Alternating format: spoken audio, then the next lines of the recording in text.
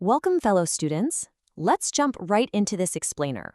Today, we're unpacking a really profound teaching from the Chulasarity Jataka. It's a story that reveals how truly immense success, we're talking both material wealth and deep spiritual awakening, can actually start from the most insignificant beginnings you can imagine. We're going to look at what this teaches us about strategic mindfulness, patience, and how to build wealth ethically. But first, ask yourselves, what could a discarded, dead mouse lying in the street and a plain, dirty piece of cloth possibly have in common? I know, it sounds kind of like a bizarre riddle, right? But the answer actually lies at the very core of the Buddhist teachings on persistence. Part 1, the spiritual struggle, a mind clouded. We begin by looking at the present life of a young monk named Chulapanthaka. He was a man who was just struggling so deeply with his spiritual path.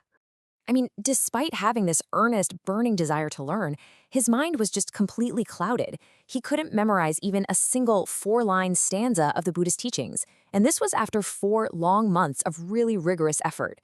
Eventually, his older brother, who was a highly accomplished monk, just completely lost patience and expelled him from the monastery. Just imagine that heavy despair, wanting to progress so badly yet feeling totally incapable and literally cast out. Well, right in his moment of absolute lowest despair, the Buddha approached him, and with immense compassion, rather than handing him some complex philosophical text to read, the Buddha gave him a highly practical, physical meditation. He told the young monk to simply sit facing the morning sun, repeatedly rub a pristine white cloth, and just chant one simple phrase, Rajaharanam, which means the removal of impurities. He literally met the student exactly where he was at.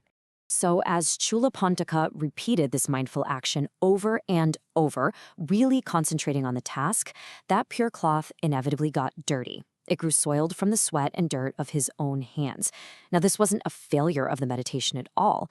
Actually, it was the intended lesson materializing right in front of him. Seeing that pristine cloth become dark and stained ignited this sudden, profoundly deep realization within his previously slow mind. It hit him, the ultimate truth of impermanence. He suddenly realized that just as that pure cloth became stained and degraded, well, our minds become clouded by worldly attachments in the exact same way. Through this incredibly persistent, mindful observation, all of his mental blockages just completely dissolved, and it led him to instantly attain ultimate enlightenment as an arahant, a fully awakened being. That simple repetition and persistence had completely unlocked his deep wisdom. Which brings us to part 2. The material ascent, a fortune from nothing.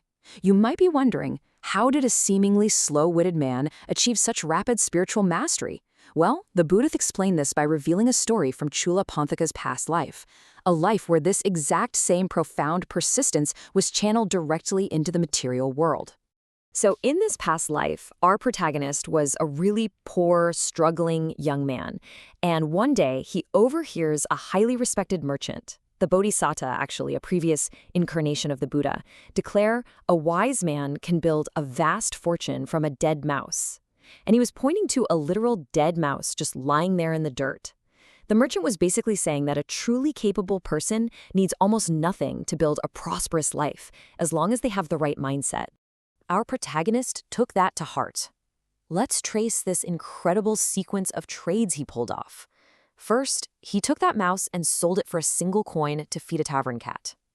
With that tiny fraction of money, he bought molasses, traded it to flower gatherers for blossoms, and then reinvested the profits.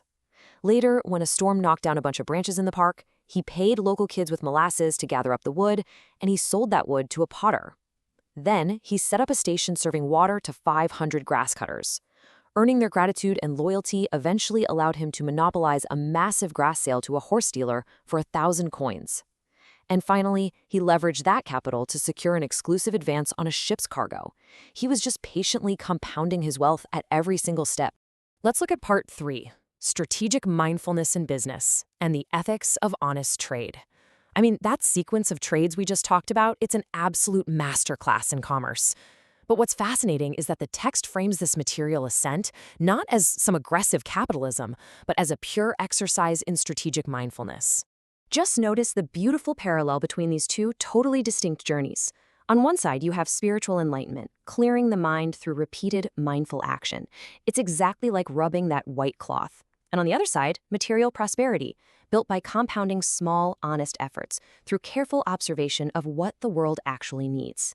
True prosperity requires the exact same mental muscles as spiritual awakening. You have to start from a place of focus, act with persistent care, and closely observe the reality right in front of you. Because he followed this deeply mindful path, the young man ultimately amassed 200,000 coins. To put that into perspective, when other wealthy merchants arrived from a neighboring city to buy that ship's cargo, they found he already owned the rights and they had to pay him a premium just to get a share. But honestly, what's truly remarkable here isn't the pile of money itself. It's the ethical framework he used to build it. His success was so deeply rooted in core virtues. First, resourcefulness. He saw real value where others literally just saw waste on the street. Second, generosity. He offered molasses and water long before he ever asked for a trade. Third, community building. He created genuine, loyal alliances with those grass cutters.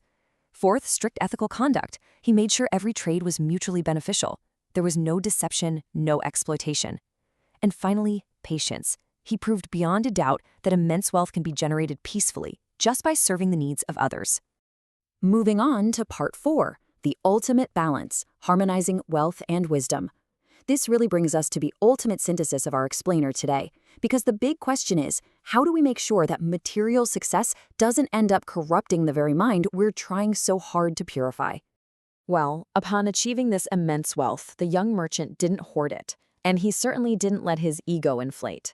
Instead, he immediately returned to the wise bodhisattva. And get this, he offered the wise teacher half of his entire fortune, 100,000 coins, all out of profound gratitude for that initial spark of wisdom regarding the mouse. This demonstrates such a vital, balancing teaching that material wealth absolutely must remain tethered to spiritual humility. By giving away half of what he earned, he proved he was the master of his wealth, not its servant. The Buddha actually concludes the parable with this really powerful metaphor. Like blowing a small spark into a great fire, a wise person builds wealth from small beginnings. It's a perfect reminder that whether you're clearing your mind of its deep-seated impurities or you're building a life of honest prosperity in the material world, the mechanism of persistence is exactly the same. You just cannot rush a fire. You have to blow on the spark gently, mindfully, and constantly. So as fellow students on this path of learning, I want to leave you with this final reflective thought today. Take a look at the seemingly insignificant opportunities right in front of you. Those small tasks, the modest ideas, the metaphorical dead mice or dirty cloths of your daily routine. Ask yourself, what small spark in your own life are you willing to patiently blow into a great fire? Thank you for exploring this remarkable teaching with me. Keep learning, keep persisting, and I'll catch you next time.